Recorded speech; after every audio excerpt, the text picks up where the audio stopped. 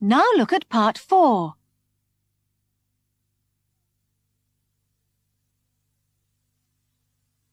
You will hear a man speaking on the telephone. He wants to speak to Miss Dixon, but she's not there. Listen and complete questions 16 to 20. You will hear the conversation twice.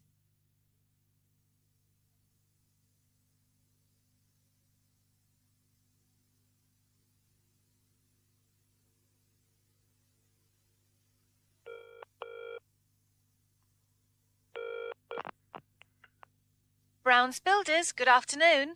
Good afternoon. I'd like to speak to Miss Dixon, please. I'm afraid she's not in the office at the moment. Can you give her a message for me? Yes, certainly. Who's calling, please? My name is HYDE. How do you spell that, please? That's HYDE. Right, Mr. Hyde. Could you tell her that the time of the meeting has changed? Is that the meeting about the new houses? No, about the new factory. I see. And when is it? It's on Wednesday at 11:30. Does Miss Dixon know where the meeting is? I think so. It's in our main office. Ask her to go to room 21. Right, I'll tell her. And could you ask her to bring the photographs with her? Which photos do you mean? She'll know which ones. They're very important. Don't worry, I'll tell her. Thank you very much, Mr. Hyde. Thank you.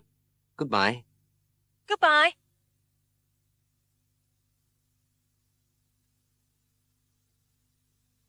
Now listen again.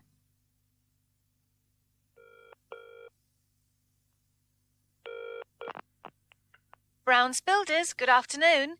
Good afternoon. I'd like to speak to Miss Dixon, please. I'm afraid she's not in the office at the moment. Can you give her a message for me? Yes, certainly. Who's calling, please? My name is HYDE.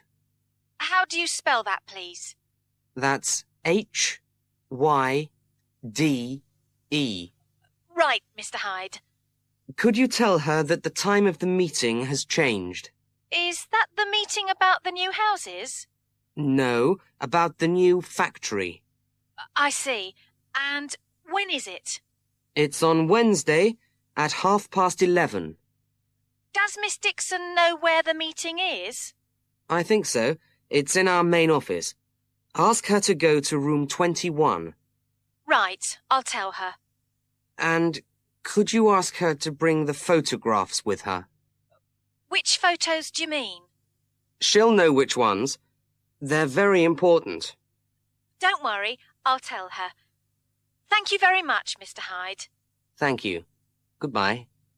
Goodbye.